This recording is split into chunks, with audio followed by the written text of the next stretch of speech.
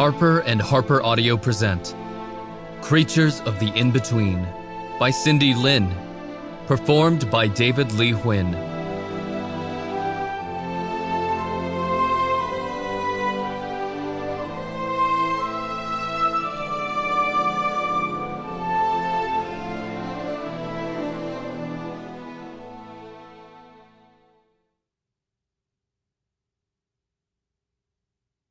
For Stephen.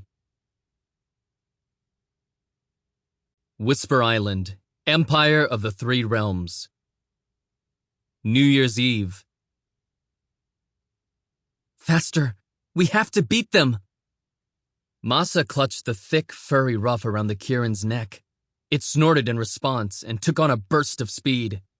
She did her best to hang on as the great beast galloped across the island's shore, trying not to slide around on the iridescent scales armoring the creature's powerful flanks. Its massive hooves flew over the wet sand shimmering in the moonlight, away from the celebratory bonfires and festivities of the village. A shout went up behind her. "Come on now!" Her brother, Mao, urged his mount to run faster. Masa glanced back to see Mao sitting atop the winged lion, its feathered wings shooting out and flapping a few times, skimming just above the sand. Masa rolled her eyes. Piaos. They had such a penchant for showing off, and they hated to lose, but not as much as she did. "No flying!" She glared at the creature and her brother, then turned back and hunched low against her own monster. "They're cheating," she warned. She squinted through the Kirin's antlers and saw the fire tree glimmering in the distance. "We're almost to the finish. Give it one last push!" In a few hundred paces, she'd win the race and get her pick of beasts to work with in the new year. But her mount had other ideas.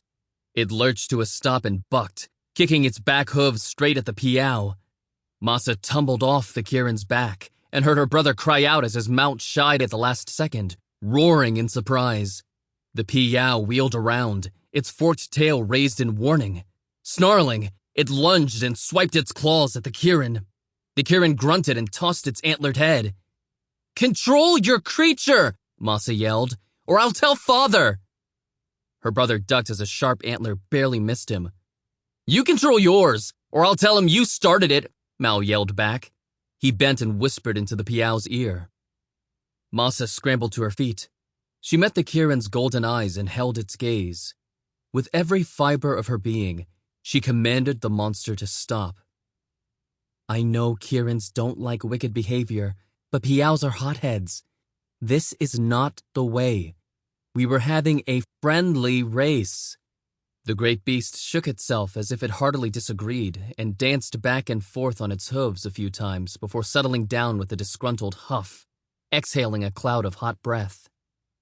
"Okay," Masa soothed, stroking the Kirin's scaly pelt. "It's okay." Boom! An enormous explosion shook the island.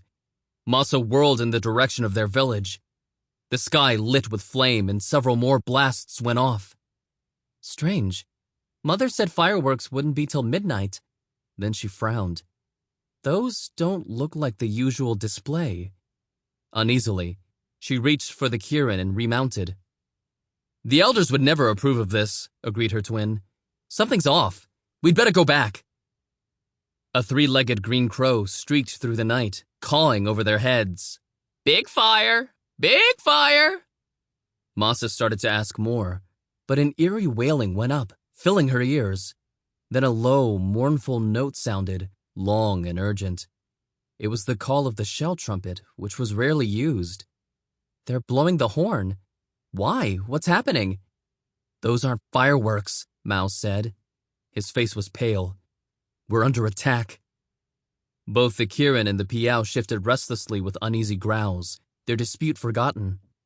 A chorus of cries and roars erupted from the beasts on the island, echoing the distress call of their caretakers. Masa's blood ran cold as the icy night air filled with piercing sound. All of Whisper Island was screaming. Chapter 1. The Imperial Bestiary. Jin knew. Sample complete.